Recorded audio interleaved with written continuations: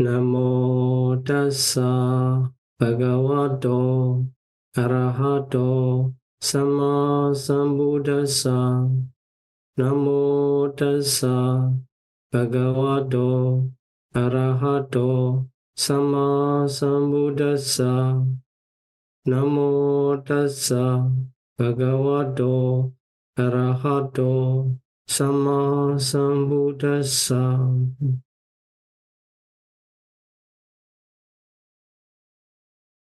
Welcome back to Nika study class. Today we will complete the last sutta of Tika Nikaya, number 1 book, Silakkhana Vagga. This is the last session for this book. And altogether, 22 lessons we have already studied 21. And here, Tika Nikaya 31, or the book, the last sutta of this book is Devija Sutta. So Devija Sutta talking about the threefold knowledge. Although this is refers to the threefold knowledge, this is different from, as I mentioned in the previous lesson. In Buddhist literature, when we talk as the threefold knowledges, commonly it refers to the knowledge of Bobiniwasanusati, the knowledge of divine Devachaku, and the knowledge of Aswakya. We call the Buddhi-a. Three knowledges are well known in the term of Devija. Devija, so threefold knowledges. But in this sutta, it emphasized in the threefold knowledges of Brahmin. So Brahmin lineage, they are also talking, there are threefold knowledges in our Brahmin practice that lead to the Brahma war and to be a union of Brahma after life. So as this was mentioned, this Sutta mentioned that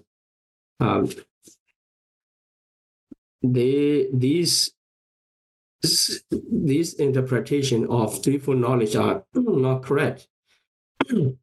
So this Sutta start with the conversation and argument between two young Brahmins of Vasita and Bharadwaja. Then they approach to the Buddha, asking which one is the straight path and direct path toward the Brahma realms to be born as a Brahma. Then, so we have already studied the parts of the conversation, Buddha and these two young Brahmin. So we will go through, and it's already reached. So actually, if we conclude, Buddha giving the example on different example, asking these two Brahmin to reason, to ask for reasoning, and how is meaningful the interpretation of Brahmins, so their teacher and the teacher or teacher, and up to the 7th generation, and also even the early stage of Brahmin,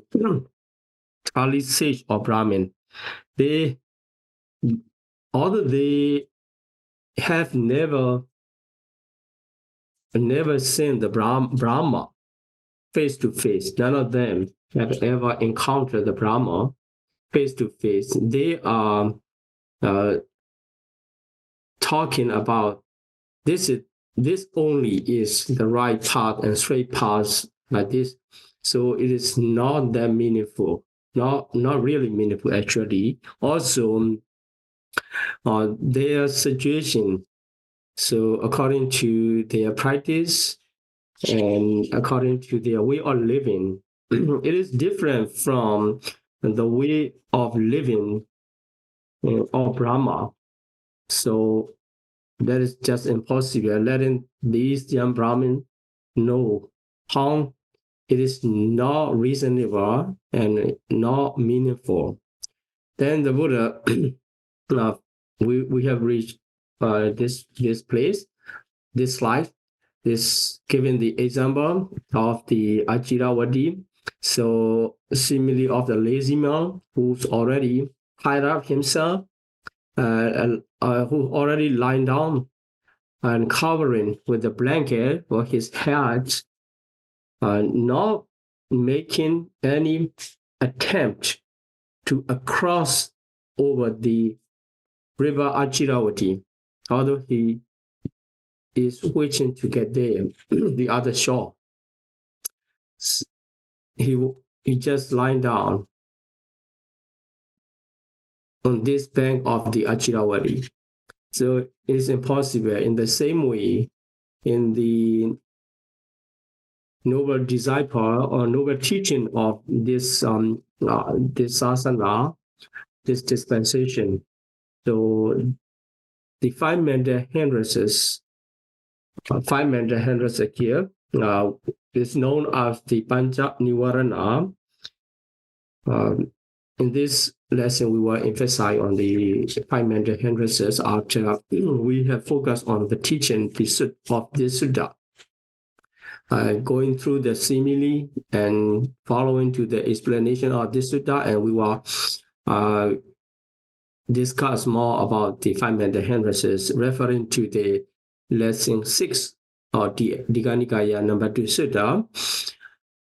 Here, Buddha mentioned that there are five mental hindrances.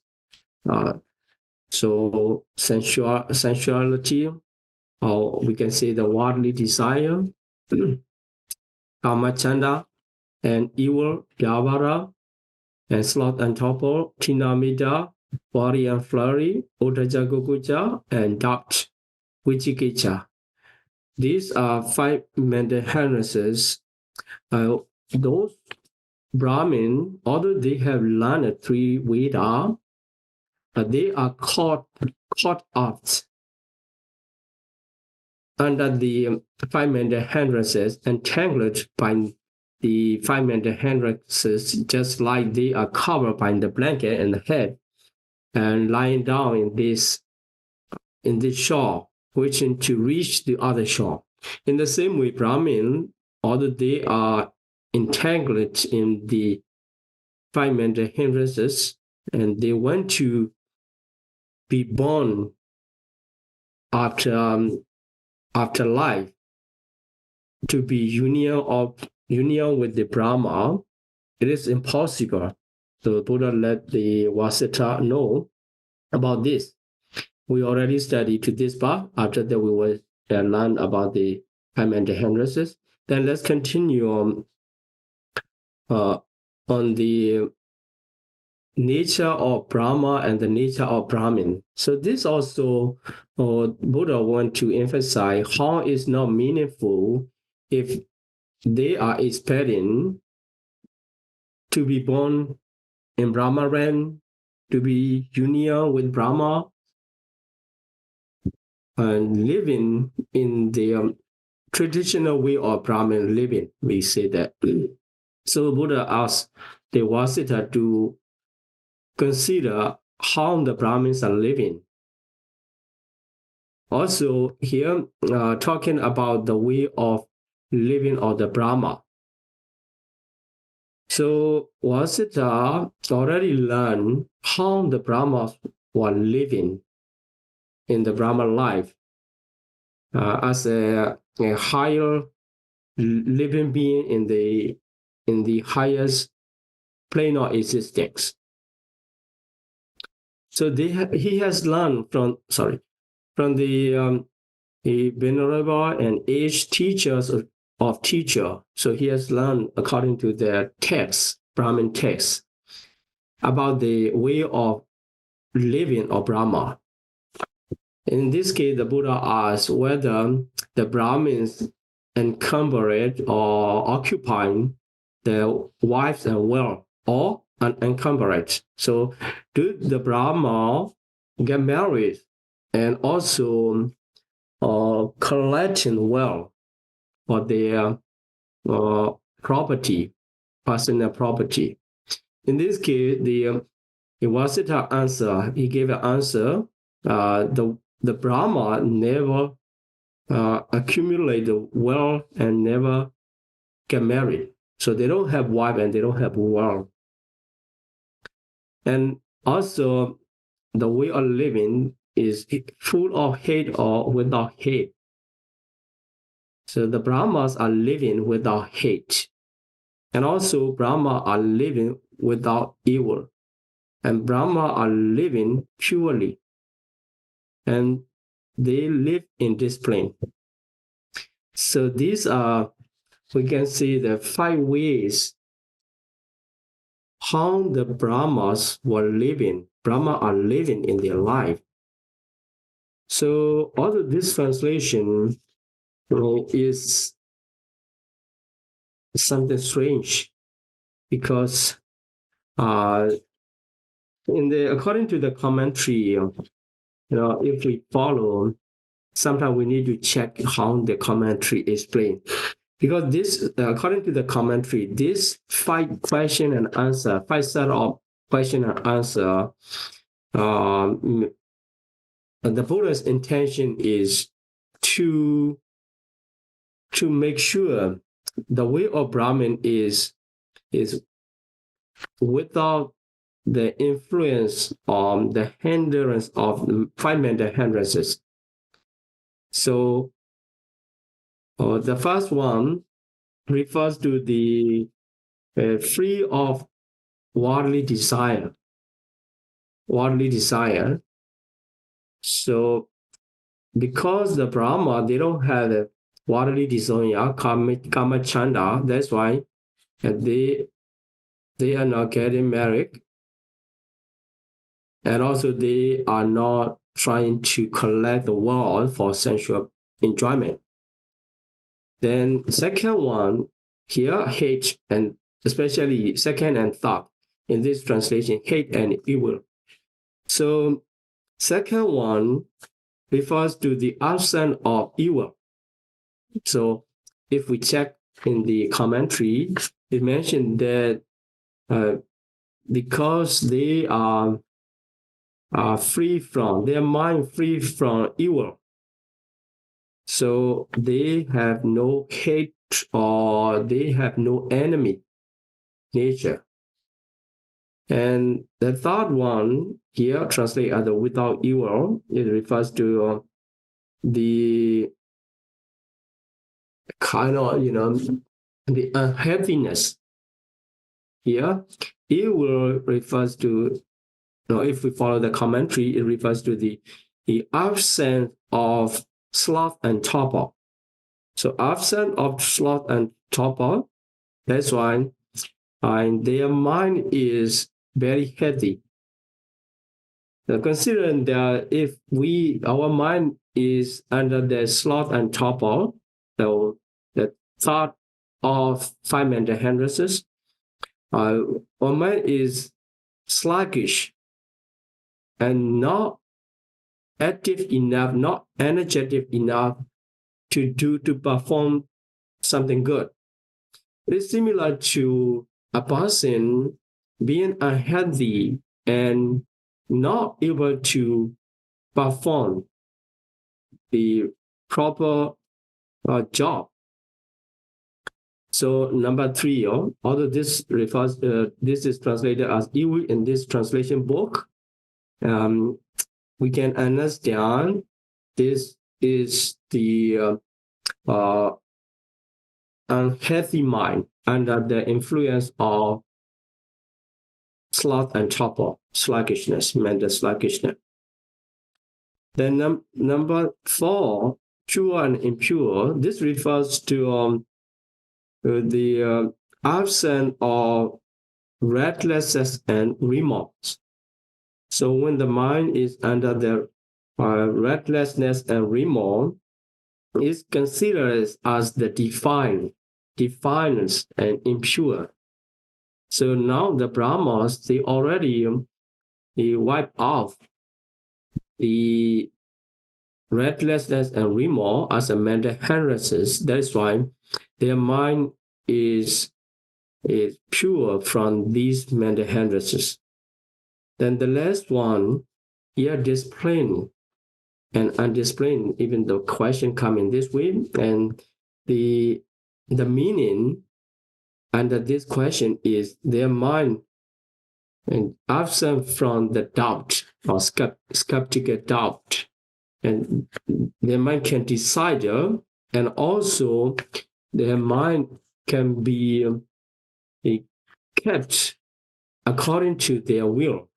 So being doubtful, our mind cannot be in our under control. Or we are shaken by the doubt. So in this slide, we have to understand the conversation. Question and answer refers to the Brahma's mind absent from five mental hindrances. Then the Buddha asks how the Brahmins, those wishing to be born in the Brahma realm and to be union with the Brahmas, how they are living. So here we can see they are living totally opposite way that the Brahma are living. So if they want to be born in the Brahma realm, they should be living in accordance with how the Brahmas are living. Now they are living in the opposite way of life. So here, the Brahma are encumbered and they are encumbered. So with the wives and wealth they have, and their mind is full of hate, their mind is full of evil, full of impure, also their mind is impure and undisciplined. So according to the commentary, Vasudha he himself, he confirmed the way of living for Brahmins are full of five mental hindrances. Then, so the Buddha say, if the Brahmins are living in the opposite way of the way of Brahma, so it can be possible. Is there any communion or any common, similar way of two way of living, Brahmins and Brahmas? Is it possible? So he said no. That's why this is the reason why they cannot be reborn after life in the Brahma realms, and they cannot be in union with the Brahmas. So Buddha said that after their, so there are threefold knowledges here at this point in this sutta. So they will all living totally against to the way of living of Brahma. That's why they cannot be reborn in the Brahma realm. Although they are serving to Brahma, so I'm not emphasizing to the Brahmanism. I'm just talking,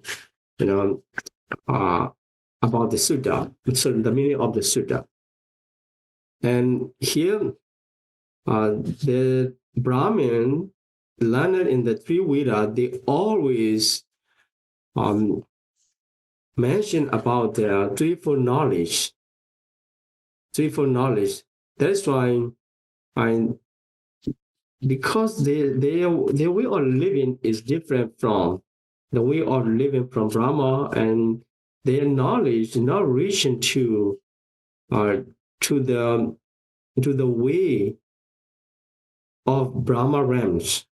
So there are three Veda, as they are like just like learning the three Veda, and also sitting down on the bank, and then they are sinking down and despairingly, hopeless to achieve their goal. Also thinking maybe to find a dry way across, although the water is dry in the river and they're trying to swim to across. And by seeing that their threefold knowledge also not meaningful, not reasonable, it's impossible to reach their goal. And we can recognize, according to the Buddha, threefold desas other than threefold paths to the Brahma realms. And it seemed like a threefold desa and threefold wilderness and threefold destruction. So in their practice, in their mind, by this threefold knowledge, we can across the problem of the lower life, the suffering in lower life, and we can reborn in the Brahma realm, and we can enjoy the ultimate happiness. But from the Buddha's knowledge and Buddha's reasoning, and it is impossible. So it's a kind of criticism to the other religion, but already preached by the Buddha. We just need to learn about this, and so if we don't like it, we don't need to criticize the other religion, and we just need to focus on the teaching, and we have to purify our defilements to search for our own liberation, other than making comparison to the others' religion. Okay, anyway, in this sutta, the young Brahmin Vasita asked to the Buddha, okay, by following your reasoning and your explanation, I have learned about how it's not meaningful the way of Brahma Ram for our Brahmin tests. So let me know who knows the way to union of Brahma, because it's very realistic. Is other than arguing and making defense on his own view and his own text, because he really wished to know what is the straight way, what is the direct way to the Brahma realm, to be born as a Brahma after life. And he asked the question, who knows? So then the Buddha asked, given the example, so someone, a man who was born in this Manasakata, so maybe you remember that the Buddha and these Brahmins are having the conversation near by the village Manasakata. That's why Buddha giving example of a man who was born and also grew up in this village. And somebody came and asked him, missing the road. He asked, what is the way to Manasakata, to the man? So that man, because he was born there and he grew up there, he knew very well all the way to the Manasakata. So Buddha asked, would the man born and bred in Manasakata be in a state of confusion or perplexity? Is there any confusion or any doubt to say, oh, this is the way or something? But so for this man, it's impossible because he's already know all the way. So Vasita said, no, it will not be confusion or perplexity. He will be able to say, definitely, this is the way. Because this man will know all the paths around this village. So in the same way, if you wish to know about the the way to Brahma realms, the path to Brahma realm, and want to ask to the Tathagata, who knows the right path and straight path to the Brahma realm, he will not have a confusion or perplexity. So, I mean, the Tathagata know. So, as I mentioned, that the Tathagata, the Buddha, are the same. That's why if they say the Tathagata know, the Buddha rarely claim, I know or I do something like this. So he has to mention the Buddha know, and he usually use this kind of explanation. So the Tathagata know. So not only himself, and then the other past and future Buddha also know this part.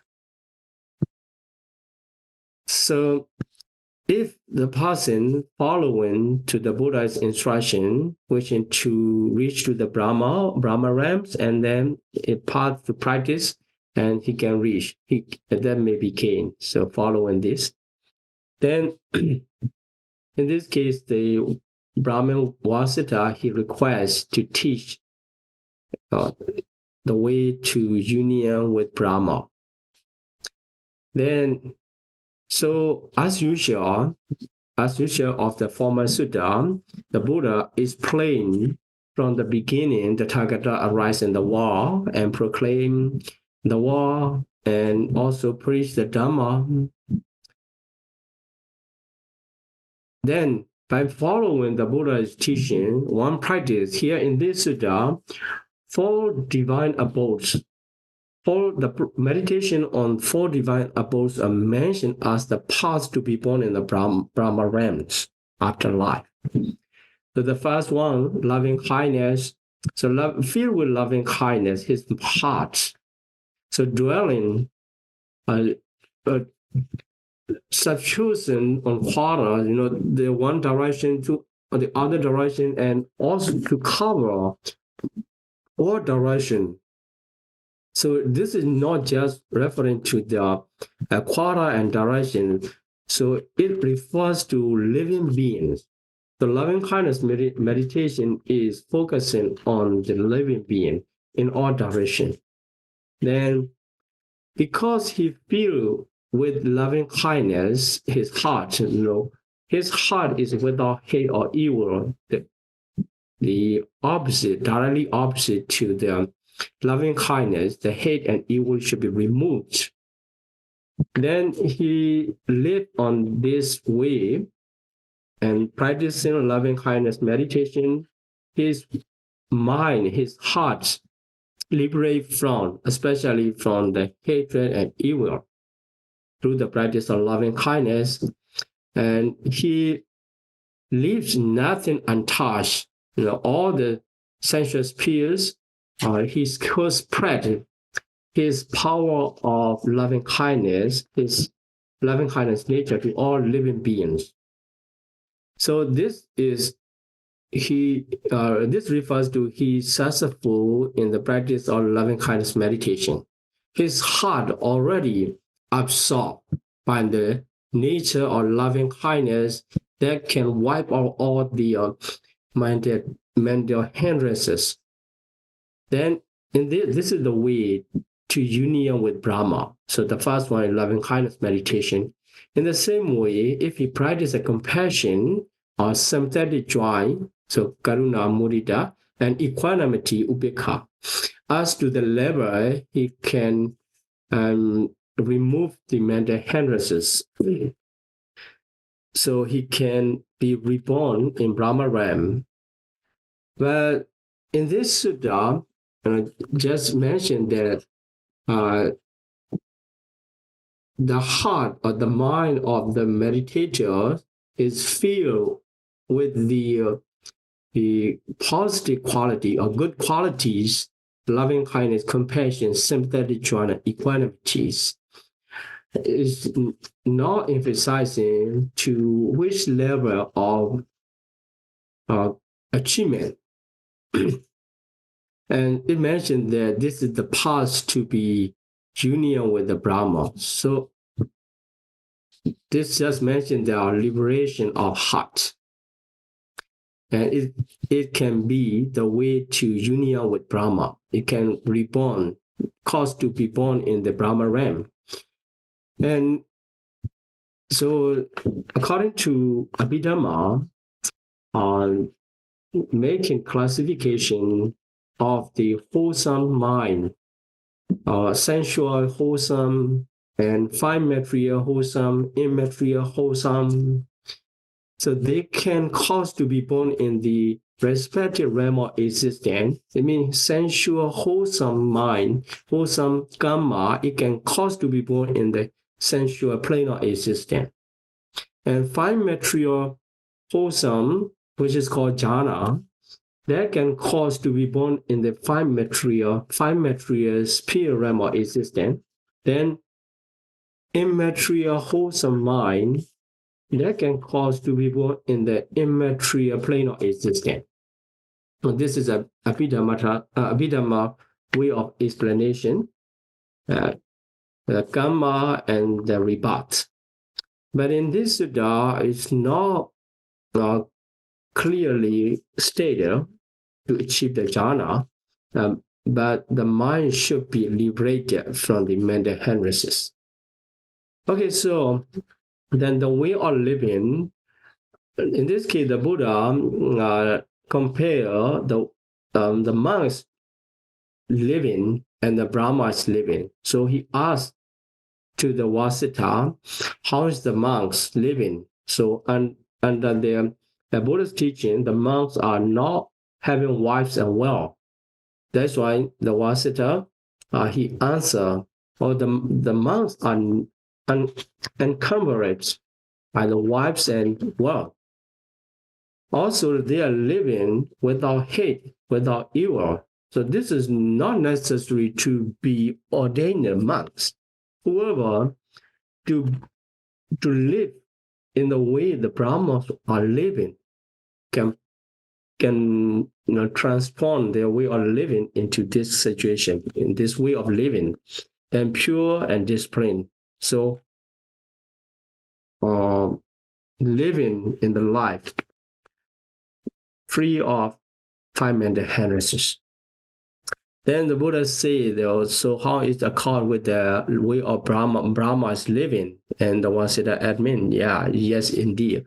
There's such kind of monks living in the way of Brahma's living. After life, they can be reborn in the Brahma realm, and they can attain to union with Brahma after life. This is possible. So, for the Brahmin, not because they are being a Brahmin, because of they are living under the influence of five mental hindrances. They cannot be reborn in the Brahma realm, and they cannot be in union with the Brahma. So this is the way the Buddha mentioned. Then finally, Vasita taking refuge to the Buddha, appreciating as usual here. So how excellence, and I take refuge to the Buddha, and so they call the Reverend Gautama, Dhamma, and Sangha. So accept us. So they not only Vasita, it means that we can understand the Bhararaja are together, because they already make agreement how the ascetic Gautama respond, and we will take it and practice. We will recognize it is as a true way.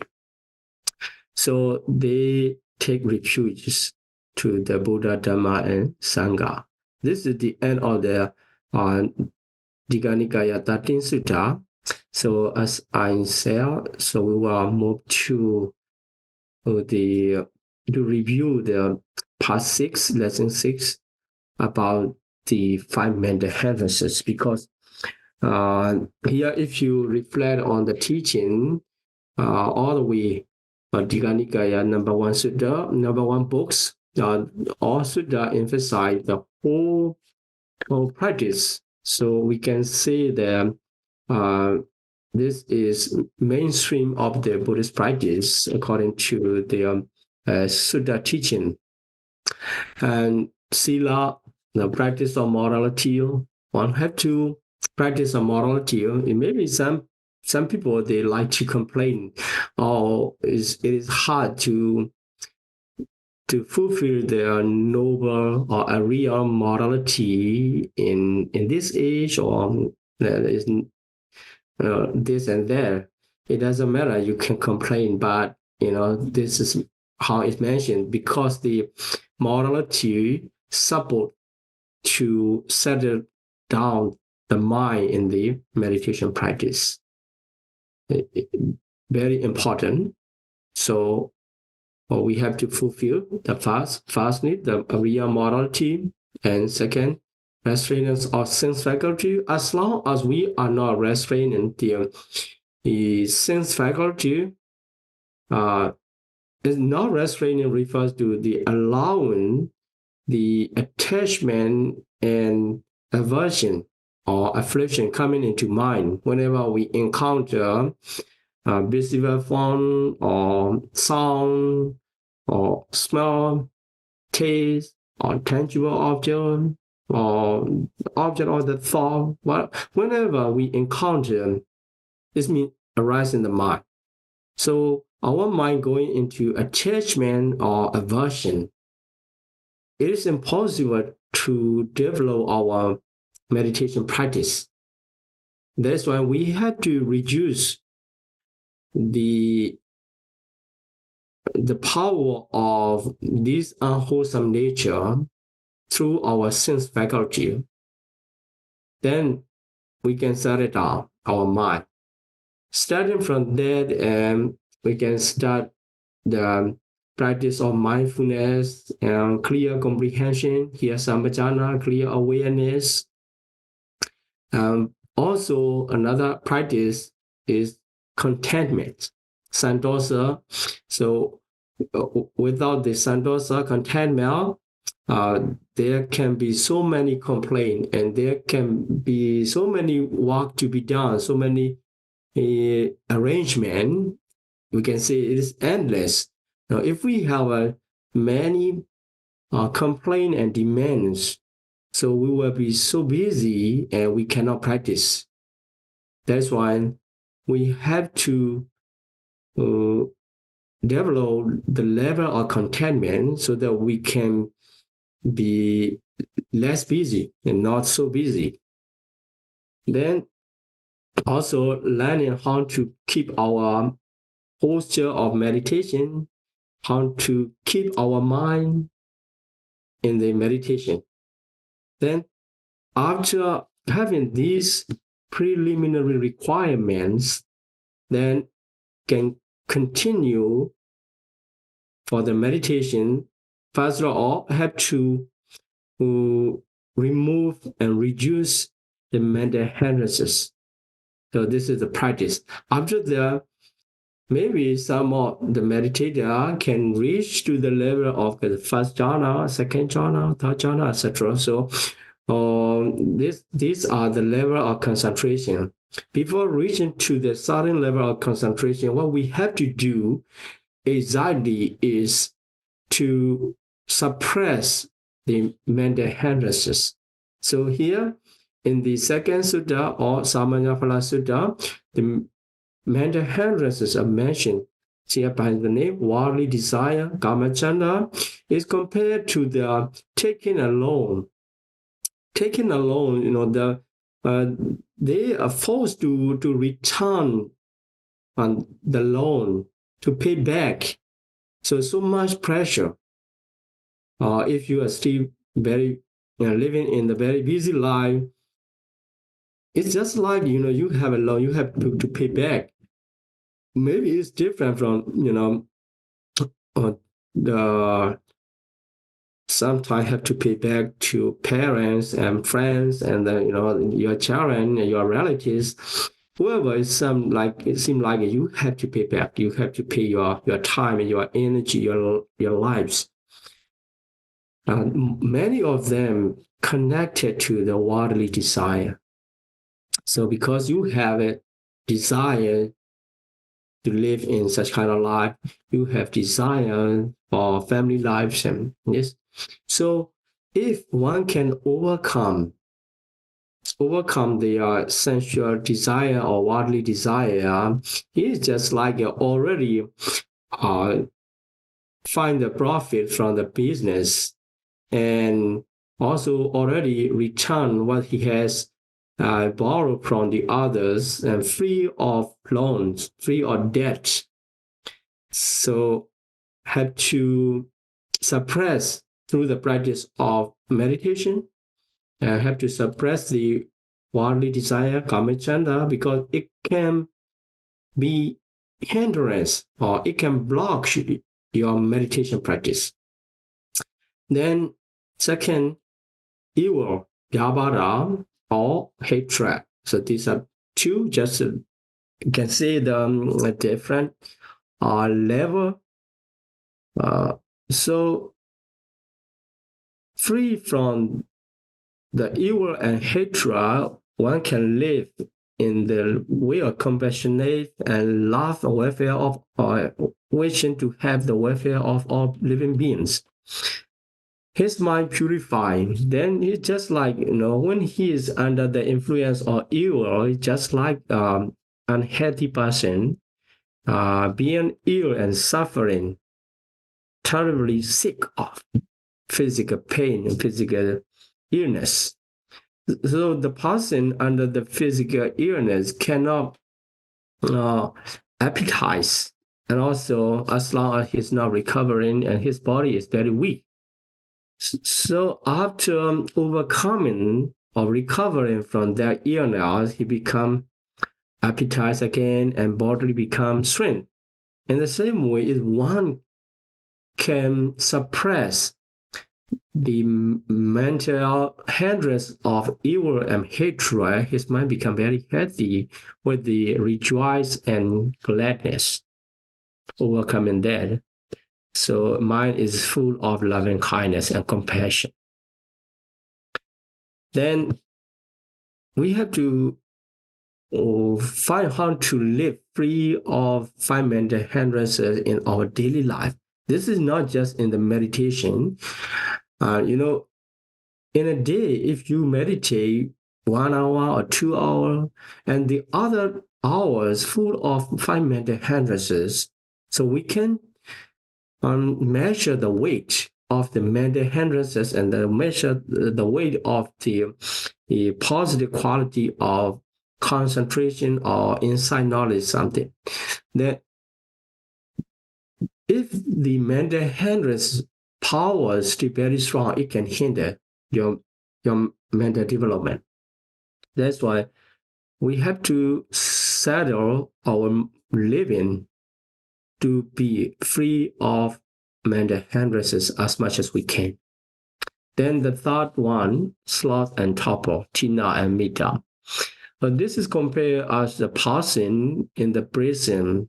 Because he is in the prison, he cannot enjoy the life, actually. So when he get free from prison, and he can enjoy the life. So in the same way, if a person could successfully suppress the sloth and torpor in the mind, so his mind become mindful and perceiving light and clearly comprehend, because there's no sloth and torpor, very active and energetic. Then the fourth one, wari and flurry, odaja kukuja. This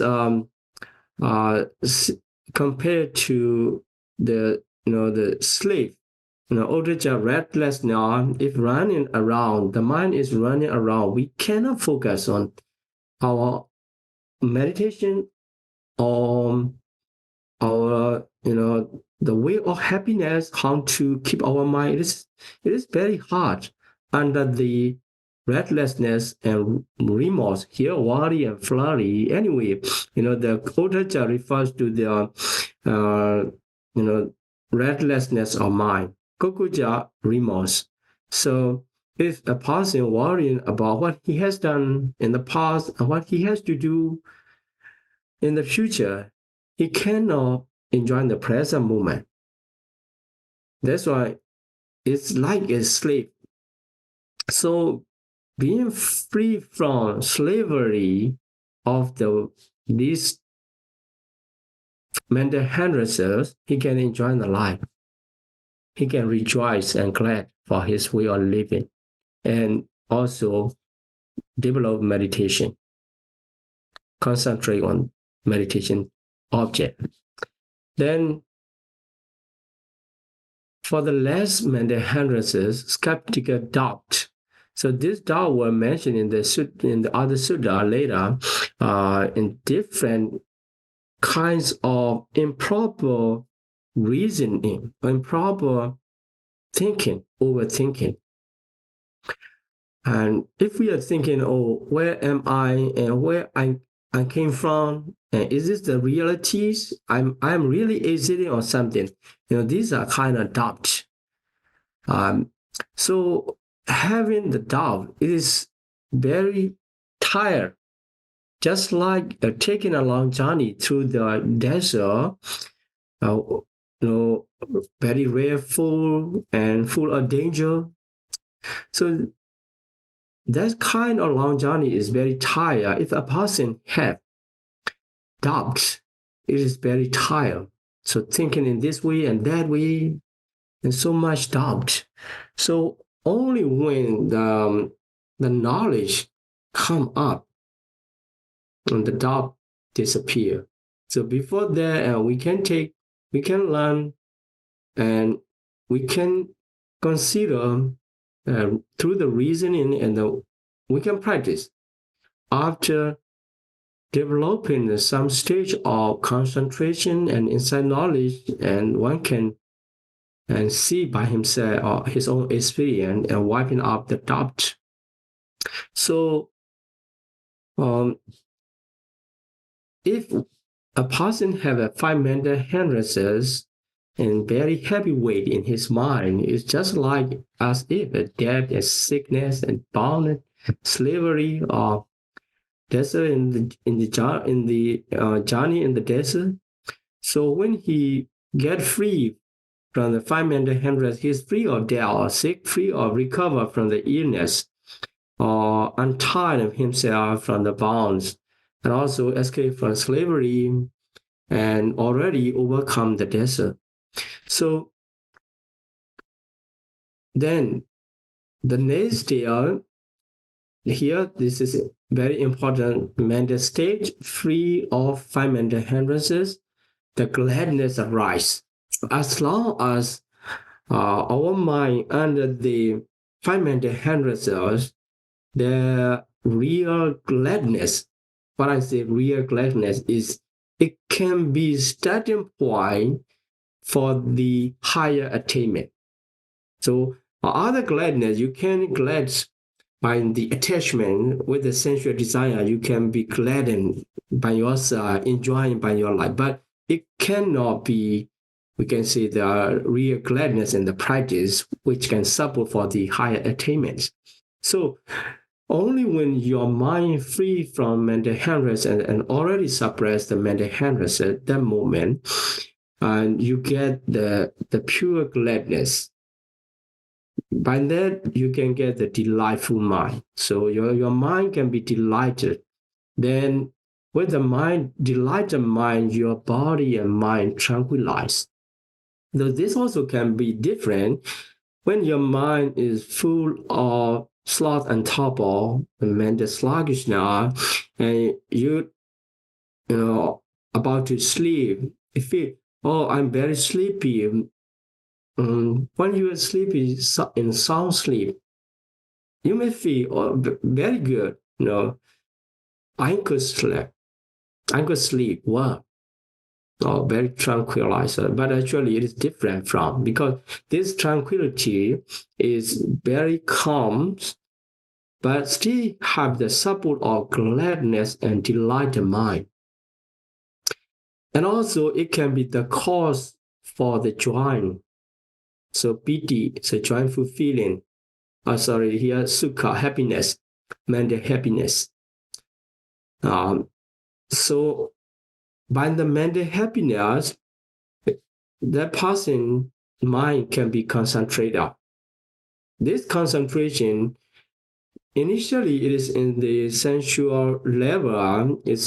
We can say it cannot jump into the next level, but by practicing that, by developing that region, it can be promoted to the level of jhana.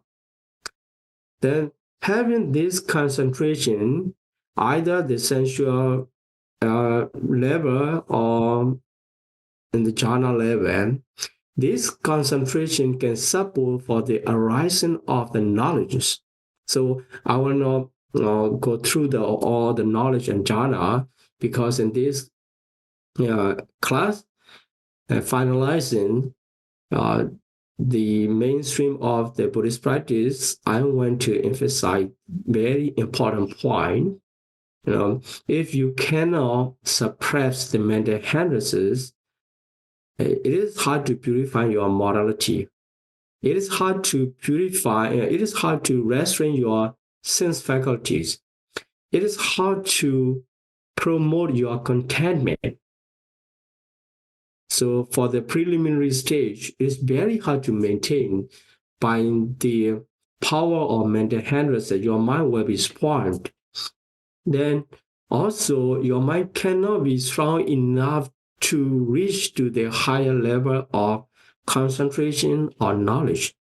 That's why we have to be very careful for the suppression of mental hindrances in our daily life.